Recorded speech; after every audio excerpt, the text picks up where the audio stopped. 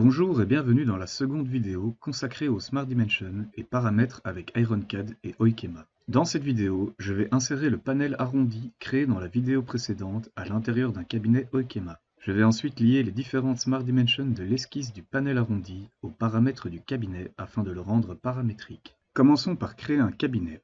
Pour l'exemple, je choisis la configuration 1, puis valide la création du cabinet. Dans le Cabinet Manager, je sélectionne le top, clic droit et Replace by Library, puis sélectionne le modèle de panel arrondi et valide le remplacement. Sur le cabinet, on peut voir que le top a été remplacé par le panel arrondi.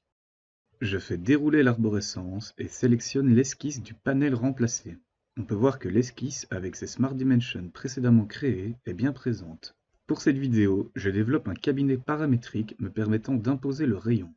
Je dois alors verrouiller la Smart Dimension du rayon, je la sélectionne, clic droit, verrouiller, puis j'édite la valeur du rayon, ici 1000. Maintenant, il va falloir créer des paramètres au niveau du cabinet pour pouvoir transférer les informations de l'esquisse à l'assemblage du cabinet. J'ouvre le tableau des paramètres et sélectionne le cabinet. Je crée un premier paramètre pour renseigner le rayon, que j'appelle rayon, je lui donne une valeur, ici 1000. Je crée un second paramètre pour récupérer l'information de longueur de montant, j'entre largeur montant, puis valide. Pour récupérer la valeur de l'angle, je crée un troisième paramètre appelé angle. Ici, je sélectionne bien le type angle, puis valide.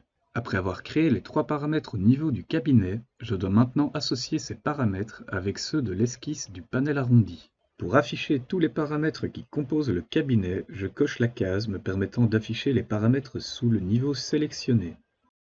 Je souhaite imposer le rayon à partir du niveau assemblage cabinet. Je copie donc rayon dans la case expression de rayon sketch. De cette manière, lorsque je change le rayon au niveau cabinet, l'esquisse se modifiera. Pour l'angle, je veux récupérer l'information au niveau cabinet. J'entre donc angle sketch dans la case expression du paramètre angle. On peut voir que la valeur s'affiche. Pour largeur montant, dans la case expression, je dois renseigner une formule pour calculer sa valeur. J'écris hsketch moins retrait rayon sketch. Je valide, puis clique sur OK pour fermer le tableau des paramètres. Puis j'ouvre le Cabinet Manager et clique sur l'onglet Cabinet Paramètres. On peut voir que les paramètres largeur montant et angle sont liés aux paramètres de l'esquisse.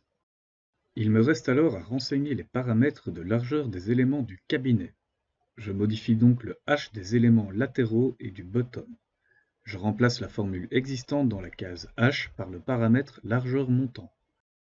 Pour l'exemple, je renseigne largeur montant sur les deux latéraux et le bottom. Une fois que les paramètres ont été imposés, je teste le redimensionnement du cabinet.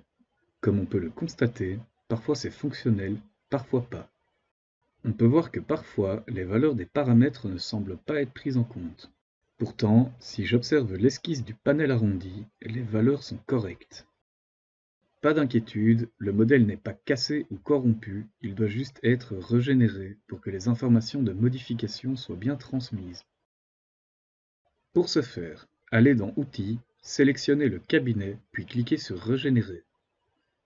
On voit que le modèle se recalcule et le résultat obtenu est maintenant correct.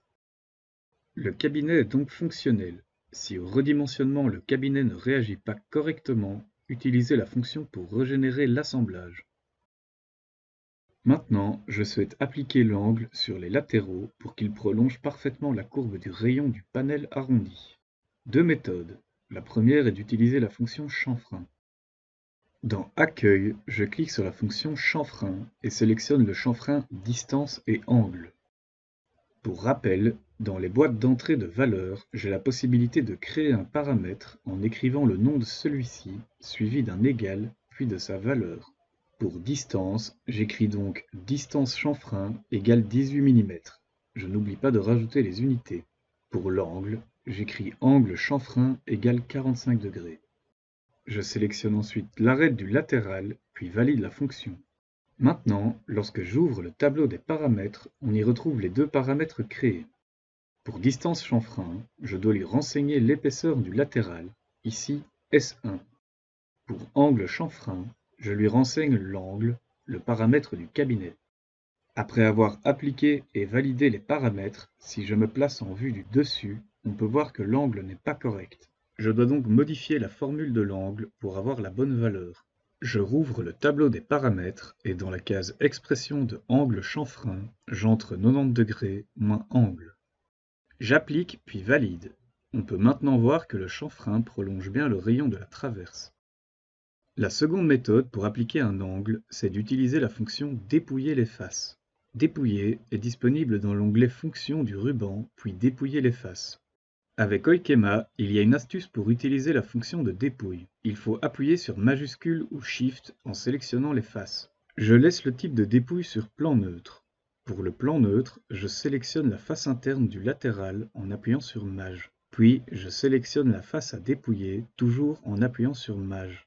En me plaçant en vue du dessus, je peux visualiser le résultat. Ici, on voit qu'avec une valeur positive, la dépouille ira dans le mauvais sens. Je devrais donc entrer une valeur négative pour dépouiller la face dans le bon sens. Pour l'angle de dépouille, même principe que pour le chanfrein. Je crée un paramètre appelé angle draft et lui renseigne une valeur, ici -5 degrés, puis valide la fonction. J'ouvre le tableau des paramètres, copie la formule de la case expression de angle chanfrein et la colle dans la case expression de angle draft. Je rajoute le signe moins devant toute l'expression pour respecter le sens de dépouille, puis applique et clique sur OK. On peut voir que la dépouille de face a bien été appliquée. Maintenant, lorsque je teste le cabinet, on peut voir que les éléments et les fonctions de chanfrein et dépouille suivent le redimensionnement. Je n'oublie pas de cliquer sur Régénérer dans le cas où le modèle ne s'est pas automatiquement mis à jour.